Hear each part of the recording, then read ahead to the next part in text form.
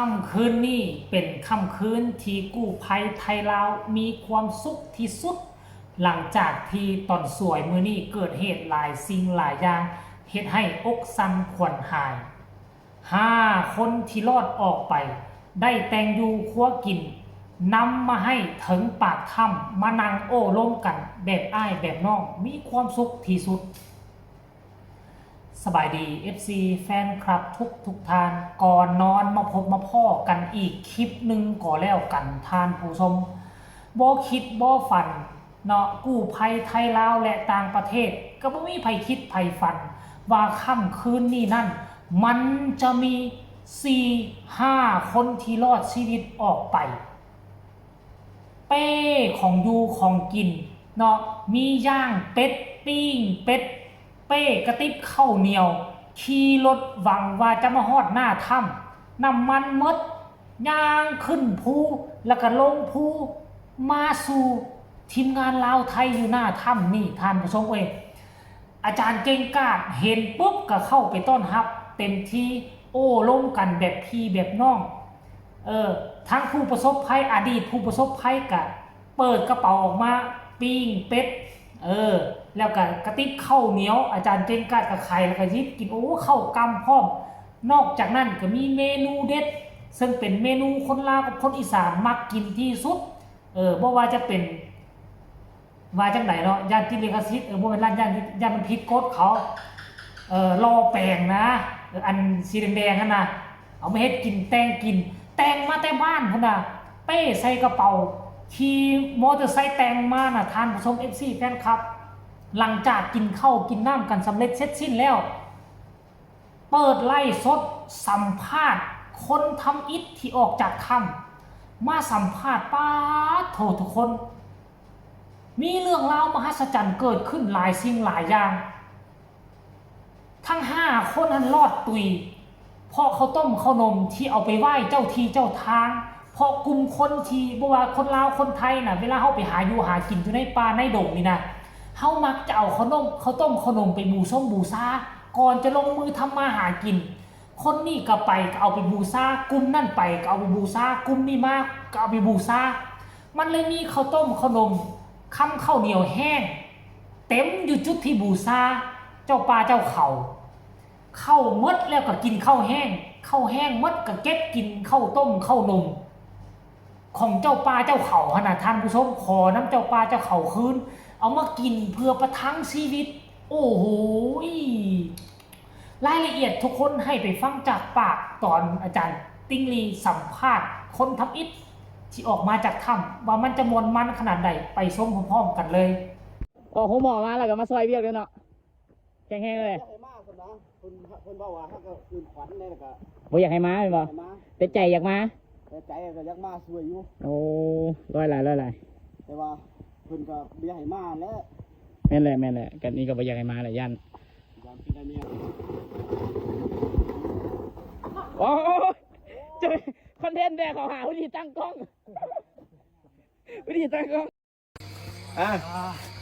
โอ้คนเดียวเลยโอ้ยแปลกยังว่าอันนี้เต้าเมื่อเจ็ดน้องกินมาฝากเมื่อยยุ่ลุงเมื่อยวะโอ้มันจะรอกันตอนนี้ได้ทำรอก็ตอนนี้ได้ทำมาอันเช่นยังมาซื้อกินมาเนี่ยเลือดแปลงอันพ่อกันเมื่อวานเพิ่นมาเทศเลือดแปลงมาซื้อกินมื้อนี้เพิ่นเฮ็ดมาเลยโอ้ใจรักอีเดียไอ้เล็กมาเบิ่งกินเข้าไปก็น่าใส่เถอะวะน้ำมันหมดไปเถอะขึ้นเขามารถน้ำมันหมดแต่ยังไม่เอาเขาสูงว่าแน่นอนดีว่ะมากันจะคนหรือวะ4 คนก็บ่แม่นทีมตุนที่เข้าไปวะแม่นบ่เป็นอายเหล่าเด้ฮะก้อนแม่นบ่ถ้าเมื่อได้ทิพเขาเข้าบากเขากำมีดังพร้อมไหมวะเขาหิวเข่าแล้วเขาถ่าตัวได้เนี่ยโอ้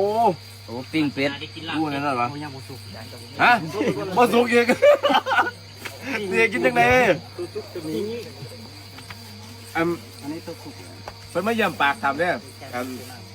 สิมาอีกบ่นี่ เล่นทำแล้วเป็นยังไงร้อนบ่ ฮะ บ่แล้วไปให้เบียกเนาะเกินเหมือนว่ามัน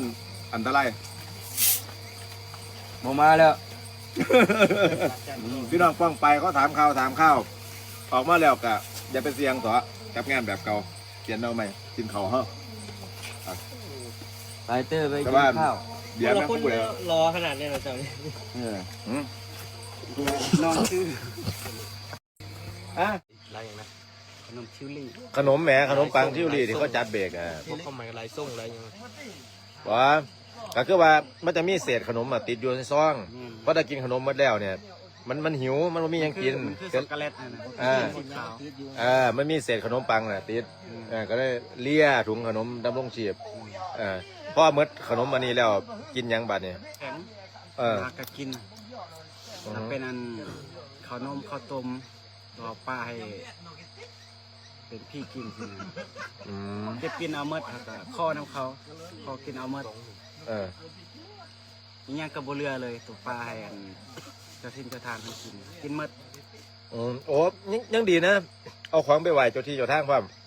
ก็เลยขอเจ้าที่กลับมากินเอง เดี๋ยวมันมีขนมอยู่นี่แล้ว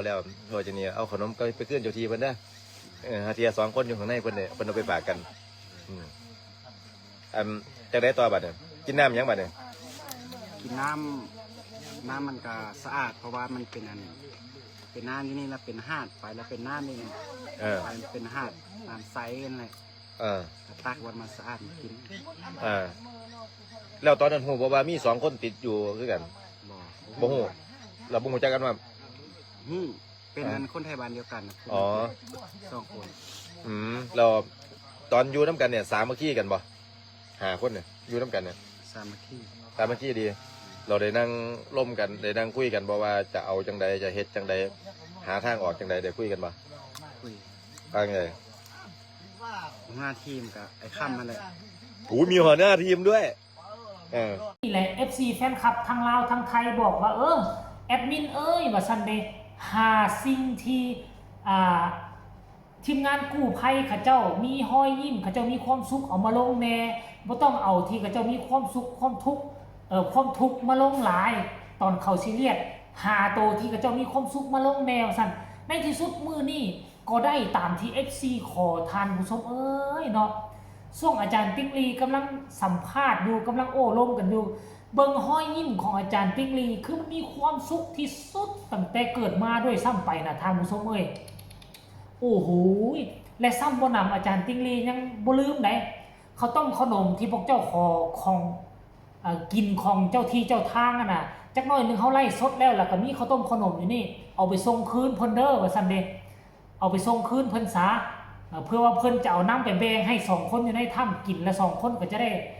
รอดออกมาว่าซั่นได้ทานผู้ชม FC แฟนคลับอันนี้คือเรื่องราวบ่คิดบ่ฝันค่อยก็คิดอยู่ในใจแล้วว่ามื้อสวยนี่มันก็มีคนนึงมาแล้วมาตอนสวยเนาะแล้วก็บ่คิดว่าตอนแรกนี่4 คนจะมาตื่มสรุปลงแล้วมื้อนี้มาทั้ง5 คนทีมงานกู้ภัยไทยลาวก็บ่คิดบ่ฝันว่าจะมีเซอร์ไพรส์แบบนี้ต่างก็ดีอกดีใจแล้วและเพอมื้ออื่นนี่กลุ่มคนทั้ง5นี่อาจจะแต่งกันมาสวยงานอยู่บริเวณหน้าถ้ำนี่ก็เป็นไปได้เป็นกองนุนเป็นกองกำลังสำรองก็เป็นไปได้ท่านผู้ชมมีบางคนน่ะพ่อแม่ญาติพี่น้องบ่ยอมให้มาบอกว่าพระเจ้าสิเอาเจ้าอยู่ในถ้ำเจ้าหากก็ออกถ้ำมาบ่อยากให้มาทั้งที่หากระผูกคอต่อแขนเอิ้นเข้าเอิ้นขวัญภาษาบ้านเฮาแต่ก็บ่ฟังความเขาเป็นคนต่างประเทศเขาข้ามน้ำข้ามทะเลมาช่วยเฮารอดชีวิตเป็นหยังเฮาสิบ่ไปช่วยเขาเฮารอดมาแล้วเฮาต้องได้ไปช่วยเขาตัดสินใจมาฝืนคำสั่งของครอบครัวมาเลยปัจจุบันนี้พี่น้องลาวไทยนี่ยกโป้ให้ยกนิ้วให้เลยทั้ง5 คนนี่เป็นแบบอย่างที่ดีเนาะแบบว่าบ่เสียใจเลยที่กู้ภัยลาวไทยตัดสินใจมาช่วยเขาเจ้าบ่ได้เสียใจเลยมีความภาคภูมิใจ